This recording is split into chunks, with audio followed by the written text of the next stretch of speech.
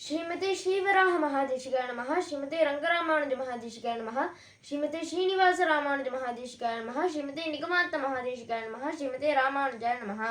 அடியன் மணப்பாக்கம் மியூனி பக்தி சாரதாசன். கோதாஸ்துதி 27ஆம் ஸ்லோகம்.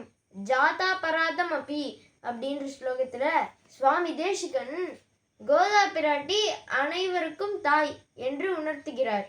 ஜாதா பராதம் அப்பி மாமனு கம்ய கோதே கோப்த்ரி எதித்வமஸ்யுக்தமிதம் பவத்யாஹ வாத்சல்ய நிர்பரதயா ஜனனி குமாரம் ஸ்தன்யேன வர்தயதி தஷ்டபயோதராபி.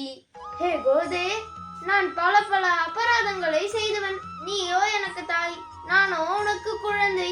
ஆகையால் என்னிடம் நீ அருள் சுரந்து மிகுந்த அன்பினால் என்னை காக்கின்றாய். ஆனால் அதுவும் உனக்கு பொருத்தமானது தானே. யதி கோப்த்ரி அசி, அதாவது ஒருவேளை காப்பவளாகிறாயே ஆகில் இது உனக்கு பொருத்தமான செய்கைதான்.